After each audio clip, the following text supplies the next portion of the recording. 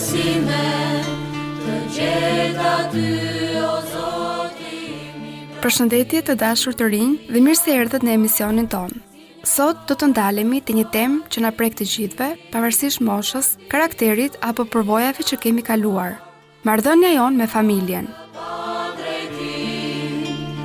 Ejani o mishemi në limanin e Zotit tim, atje ka paqe dhe qetësi, dhe shpresë të vërtet për shpëtim. Atje ka paqe dhe qetësi, dhe shpresë të vërtet për shpëtim. Ndoshta shpesh pyesin veten, a më kuptojnë prindrit, pse duket sikur flasim gjuhë të ndryshme, apo si mund të jem vetvetja pa u larguar nga ata që më rritën? Të jesh i ri sot do të thotë të jetosh mes shumë zgjedhjeve, sfidave dhe kontradiktave. Nga njëra anë, dëshira për pavarësi dhe liri, nga ana tjetër nevoja për siguri, mbështetje dhe rënjë. Pikërisht këtu hyn familja. Në traditën ortodokse, familja shihet si vendi i parë ku njeriu mëson të dojë dhe të falë. Një kishë e vogël ku secili rritet jo vetëm në moshë, por edhe në shpirt. Besimi na kujton se marrëdhënia me familjen nuk është gjithmonë e lehtë, por është e shenjtë. Konfliktet, mosmarrveshjet dhe keqkuptimet nuk janë shenja dështimi, por mundësi për rritje. Ungjilli na thërret të shohim prindrit tanë jo vetëm si autoritet, por si njerëz që kanë sakrifikuar, janë lodhur dhe kanë dashur, ndonjëherë edhe pa ditur si ta shprehin më mirë këtë dashuri. Në këtë emision do të flasim për realitetin e të rinjve në familje, për distancën emocionale, për mungesën e komunikimit, për rebelimin, por edhe për pajtimin, dialogun dhe shpresën. Do të shohim se si besimi ortodoks mund të na ndihmojë të ndërtojmë ura, të gjejmë paqe dhe të zbulojmë se familja, edhe me papërsosmëritë e saj, mund të bëhet një vend shërimi dhe force. Sipas këndvështrimit ortodoks, familja është e bekuar nga Perëndia dhe është vendi i parë ku njeriu mëson çfarë do të thotë marrëdhënie e vërtet. Ajo quhet shpesh kishë e vogël, sepse aty mësojmë të lutemi, të falim, të dëgjojmë dhe të sakrifikojmë për njëri tjetrin. Për të rinj familja është shkolla e parë e besimit, edhe kur kjo nuk shprehet gjithmonë me fjalë, por me shembull. Besimi ortodoks nuk e mohon faktin se marrëdhënia me familjen mund të jetë e vështirë. Keqkuptimet me prindërit, konfliktet, mungesa e komunikimit apo ndjesia e moskuptimit janë realitete të njohura për shumë të rinj. Por kisha nafton të shohim këtë sfida, jo si arsye për ndarje, por si mundësi për rritje shpirtërore. Nderimi i prindërve, siç na mëson Ungjilli, nuk është bindje e verbër, por një akt dashurie, respekti dhe përulësie që na ndihmon të rritemi edhe vetë. Në këtë emision do të flasim për mënyrën se si njeriu mund ta ndërtojë marrëdhënien me familjen pa humbur identitetin e tij, për rolin e lutjes në familje, për dialogun e sinqert dhe për faljen si rrugë shërimi. Do të shohim se si Krishti është i pranishëm në jetën familjare dhe si besimi ortodoks na ndihmon të gjejmë ekuilibrin mes lirisë personale dhe përgjegjësisë ndaj atyre që na kanë dhënë jetën.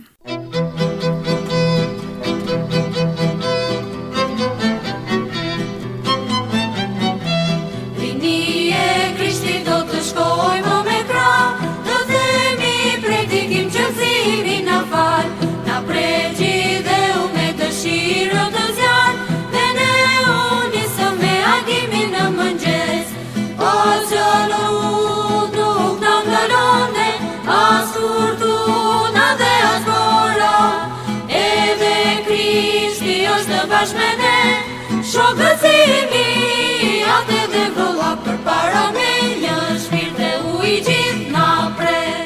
Në këtë emision, do të flasim për mënyrën se si njeriu mund ta ndërtojë marrëdhënien me familjen pa humbur identitetin e tij, për rolin e lutjes në familje, për dialogun e sinqert dhe për faljen si rrugë shërimi. Do të shohim se si Krishti është i pranishëm në jetën familjare dhe si besimi ortodoks na ndihmon të gjejmë ekuilibrin mes lirisë personale dhe përgjegjësisë ndaj atyre që na kanë dhënë jetën. Në fakt, do doja t'i referohesha edhe një ati të kishës son, atë Antoni Konjaris, një prift dhe autor i krishterë që ka shkruar shumë libra për jetën shpirtërore dhe mësimet e kishës ortodokse. Në këtë libër ai trajton temën e familjes, rëndësinë dhe rolin e saj sipas mësimit të kishës ortodokse dhe të Perëndisë. Sipas tij, familja nuk është thjesht një institucion social, por është një realitet shpirtëror i themeluar nga Perëndia vetë. Një qendër ku individi nis jetën, rritet shpirtërisht dhe mëson vlerat e jetës së krishterë. Ai thot se familja është krijuar nga Perëndia si vendi ku prindrit dhe fëmijët përjetojnë dashurinë, kujdesin dhe mësimet e ungjillit së bashku. Ajo është një kishë e vogël në shtëpi, ku shpesh mësohet lutja, dashuria, falja dhe shërbimi ndaj të tjerëve, element thelbësor të jetës ortodokse. Rëndësia e familjes në jetën shpirtërore, ku fëmijët mësojnë të dashurojnë Perëndin dhe njëri tjetrin. Prindrit kanë detyrën që të ndihmojnë fëmijët të rriten në besim dhe ta shohin jetën përmes syve të Krishtit. Familja është vendi ku formohet karakteri dhe ku vlerat më të thella të jetës shpirtërore ushtrohen çdo ditë. Ai gjithashtu thekson se kisha ortodokse nuk është jashtë familjes, por bashkëpunon me familjet në formimin shpirtëror. Familja është një segment i trupit të kishës dhe bashkë me kishën ajo ka një mision, të jetë dëshmi e dashurisë së Krishtit në botë. Kjo nënvizon se familja nuk është vetëm lidhje gjaku, por një realitet i thellë shpirtëror ku secili antar duhet të përpiqet të rritet drejt dashurisë së Perëndisë dhe shërbimit ndaj të tjerëve. Në thelb, mesazhi i tij për familjen është se familja është një dhuratë hyjnore dhe pjesë e planit të Perëndisë. Ajo ka rol të madh në rritjen dhe edukimin shpirtëror të fëmijëve dhe në forcimin e besimit të të rriturve. Konjari shpjegon se në traditën ortodokse, familja nuk është thjesht një njësi sociale, por një kishë e vogël në shtëpi, vendi ku besimi ushtrohet përmes lutjes dhe prania e Perëndisë bëhet realitet në jetën e përditshme. Besimi ortodoks nuk e idealizon familjen si diçka pa probleme. Përkundrazi, ai e pranon realitetin. Konfliktet, keqkuptimet dhe plagët ekzistojnë. Por, këto nuk janë shenja dështimi, ato janë mundësi për rritje. Ashtu siç thoshte edhe Shën Siluani i Athosit, aty ku ka prolësi, aty vjen hiri i Perëndisë. Të mësojmë të dëgjojmë njëri tjetrin, edhe kur nuk bijem dakord, është një akt shpirtëror. Ejani o mishemi në limanin e Zotit tim, atje ka paqe dhe qetësi, dhe shpresë të vërtet për shpëtim. Atje ka paqe dhe qetësi, dhe shpresë të vërtet për shpëtim. Ola, në vazhdim të asaj që sapo the, do të referohem tek një nga tregimet më të fuqishme për marrëdhënien midis fëmijëve dhe prindërve, që gjendet në Ungjillin sipas Lukait. Historia e djalit plankprishës. Një djalë kërkoi nga babai i tij pjesën e pasurisë dhe iku nga shtëpia. Ai jetoi larg familjes, shpenzoi gjithçka dhe përjetoi varfëri, vuajtje dhe ndjenja të vetmisë. Por, në zemrën e tij mbeti gjithmonë një hapësirë për kthim. Kur djali vendosi të kthehej, babai i tij e priti me gëzim dhe dashuri pa kushte. Ai nuk e gjykoi, nuk e urrejti, por e përqafoi dhe e ripranoi në familje. Ky tregim na tregon se familja është vendi i faljes dhe dashurisë, edhe kur gabojmë. Pra, shohim se si në teologjinë ortodokse, njeriu është krijuar sipas imazhit dhe shëmbëltyrës së Perëndisë, duke pasur liri të zgjedhjes dhe kreativitet. Edhe tek historia e djalit plankprishës, ne mund të shohim këtë element. Energjia, kurioziteti dhe shakat e tij janë pjesë e natyrës njerëzore që kërkon drejtim. Pa udhëzim, energjia shpesh çon në rrëmuj, por me dashuri dhe mësim, ajo mund të përdoret për të sjellë të mirën. Teologjia ortodokse thekson se njeriu ka liri, por çdo veprim ka pasoja. Plankprishësi mëson se veprimet e tij ndikojnë familjen dhe komunitetin, dhe kjo i mëson të kontrollojë energjinë e tij. Për të rinjt sot, kjo është një mësim. Liria nuk është veprim i pakufizuar, por shprehje e përgjegjësisë shpirtërore. Plankprishësi transformohet kur mëson të përdor energjinë e tij për të mirën e të tjerëve. Kjo është një metaforë për procesin e theosis, bashkimin me Zotin përmes përmirësimit moral dhe shpirtëror. Të rinjt mund të kuptojnë se çdo talent apo energji që drejtohet nga dashuria dhe përgjegjësia mund t'i afrohet më shumë Zotit dhe komunitetit. Etrit e kishës shohin familjen si mjet shpëtimi dhe udhëheqjeje shpirtërore. Në historinë e djalit plankprishës, prindrit nuk e ndalojnë energjinë e tij, por e udhëheqin atë duke treguar se dashuria dhe këshilla e të rriturve është domosdoshme për rritjen shpirtërore të të rinjve. Sot në jetën moderne shumë të rinj ndihen larg familjes për shkak të presionit, teknologjisë, krahasimeve shoqërore ose konfliktit. Disa ndihen të pasigurt ose të kuptuar vetëm pjesërisht. Por, historia e djalit plankprishës na kujton se nuk është kurrë vonë për të rikthyer tek familja dhe tek vlerat e saj. Sigurisht që këtu hyn edhe roli i kishës ortodokse. Kisha ndihmon prindrit të jenë të durueshëm dhe të falin, ashtu si babai në histori. Ajo ofron këshilla shpirtërore, lutje dhe komunitet ku prindrit mësojnë si të jenë të pranueshëm dhe të dashur, edhe kur fëmijët largohen ose bëjnë gabime. Në të njëjtën kohë, kisha ndihmon të rinj të kuptojnë rëndësinë e përgjegjësisë dhe dashurisë familjare. Përmes lutjes, pjesëmarrjes në komunitet dhe shembullit të shenjtorëve, të rinj mësojnë të kthehen dhe të rindërtojnë marrëdhënien me prindrit. Në këtë mënyrë, historia e djalit plankprishës nuk është vetëm një tregim i lashtë. Ajo është një udhëfyes për jetën e sotme. Si familje dikur, edhe sot mund të gjejmë bashkimin, faljen dhe dashurinë përmes besimit dhe kishës. Ola, mund të themi që ka shumë histori moderne ku djem ose vajza të larguar për shkak të konflikteve ose gabimeve janë rikthyer në familje me ndihmën e prifërinjve dhe komunitetit ortodoks, ku ata gjejnë mbështetje, këshillim dhe një rrugë për të qenë përsëri të afërt me prindrit. Mesazhi është i qartë: asnjë largim nuk është përfundimtar, dhe asnjë marrëdhënie nuk është e humbur nëse ka dashuri, durim dhe besim. Kisha ortodokse është një urë që i ndihmon të dy palët të rikthehen, të kuptohen dhe të ndërtojnë marrëdhënie më të forta. Në fakt, dua të ndaj me ju disa fjalë të shenjtorëve të kishës që flasin për dashurinë dhe familjen. Shën Pajisi i Malit Athos thoshte: nëse një fëmijë rritet në dashuri dhe lutje, ai do të kthehet gjithmonë tek familja e tij, dhe prindrit që japin dashuri pa kufi janë burimi i forcës së tij për të përballuar jetën. Kjo thënie na kujton se dashuria dhe durimi janë çelësi për të ndërtuar marrëdhënie të forta. Çdo hap i vogël, një bisedë, një lutje së bashku, një ndihmë në shtëpi, ka një ndikim të madh në jetën e të rinjve dhe të gjithë familjes. Shën Vasili i Madh thoshte: një familje e drejtë është një shkollë ku zemrat e të rinjve mësojnë dashurinë, durimin dhe respektin. Kjo na tregon se familja është vendi ku të rinjt mësojnë vlerat e jetës dhe prindrit mund të jenë udhëfyes shpirtëror për ta. Një tjetër shenjtor, Shën Nektari i Egjiptit, thoshte: kur fëmijët dhe prindrit bashkohen në lutje dhe dashuri, shtëpia e tyre bëhet një kishë e vogël, ku Zoti sundon me paqe dhe gëzim.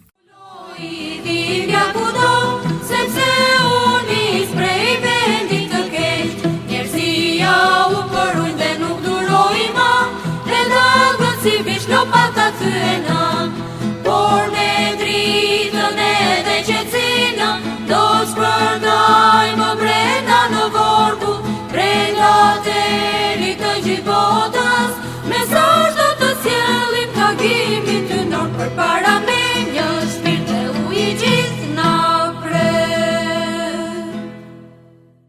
Të dashur dëgjues, të rinj dhe familjar, sot dua të ndalem tek një pyetje shumë e rëndësishme për kohën tonë. Çfarë ka për t'u dhënë kisha të rinjve të sotëm? dhe si mund t'u afrohet atyre me gjuhë, me zemër dhe me jetë. Shpesh dëgjojmë se të rinjt janë larg kishës, por ndoshta pyetja duhet kthyer ndryshe. A e kanë zbuluar ata kishën siç është në të vërtetë? Vetë kisha është natyra e saj. Është hapësira e të rinjve. Ajo nuk është një vend idesh abstrakte apo rregullash të thata, por hapësira ku njeriu dhe veçanërisht i riu përjeton kuptimin e jetës. Në kishë i riu nuk thirret të mendojë thjesht për Zotin, por të jetojë me të bëhet pjesëmarrës i jetës së tij hyjnore. Në këtë përvojë, i riu sheh se shenjtëria nuk është diçka e paarritshme. Ajo reflektohet në fytyrat e njerëzve konkret, të njohur, të afërt. Nuk është rastësi që takimi i thjesht me figurat si At Jakovi, At Paisi, At Porfiri kanë qenë shumë të rinj, fundi çdo kundërshtimi dhe rebelimi, sepse aty nuk ishte fjalë të shumta, por dashuri, prani dhe liri. Kisha është një hapësirë dinamike, hapësirë ushtrimi dhe jete. Ajo i fton të rinjt në garën më të madhe, në realizimin e jetës si dashuri, si shenjtërim të personit, si rrugë drejt hynizimit. Dhe kjo nuk është një rrugë e rezervuar për pak veta, por një thirrje për çdo njeri dhe për çdo familje. Prandaj, mënyra me të cilën kisha i afrohet të rinjve nuk është së pari teknika apo mjeti, por rruga, dhe kjo rrugë quhet durim, dëgjim dhe dashuri. Shërbesa baritore ndaj të rinjve, siç e shohim edhe sot, është dëshmi se kur ka marrëdhënie të vërtetë, dialog dhe prani, zemra e të riut hapet. Familja është dhuratë dhe besimi është ura që e mban të fortë. Le të jemi të dërueshëm, të falim, të dëgjojmë dhe të shprehim dashuri. Çdo hap i vogël për t'u afruar me të rinjt mund të bëjë mrekulli. Mos harroni, veprimet më të vogla, një lutje së bashku, një bisede sinqert, një ndihmë praktike, mund të kthejnë largësinë në afërsi dhe ndarjen në bashkim. Le të jemi dritë për njëri tjetrin, si të rinjt ashtu edhe prindrit, duke ndjekur shembullin e shenjtorëve, duke dashur pa kushte. Familja bëhet një vend ku besimi, lumturia dhe shpresa rriten çdo ditë. Faleminderit që ishit sot me ne, të dashur dëgjues, dhe ju ftojmë të na ndiqni sërish në emisionin e ardhshëm. Mirupafshim.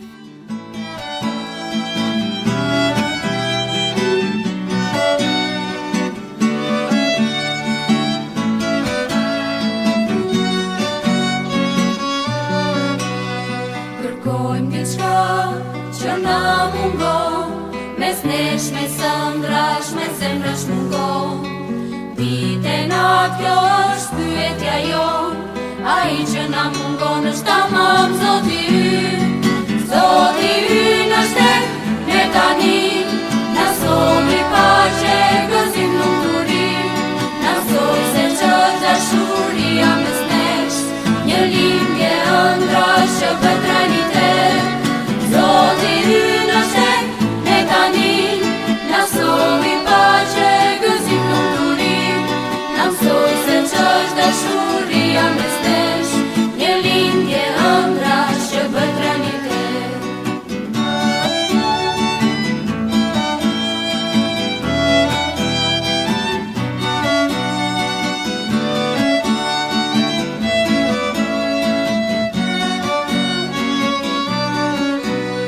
Te ja tek jemi në kratë e tu, duke na falur mëkatet tona, tani dhe falja vën pjesë tek ne, ndryshoj në zemër, na bëri të qetë. Zoti ynë është ne tani, na somi paqe, gëzim lumturi, na soi se ç'është dashuria mes nesh, një lindje ëndrash që bëhet realitet. Zoti ynë është ne tani, na somi paqe, gëzim lumturi, na soi se ç'është dashuria mes nesh, një lindje ëndrash që bëhet realitet.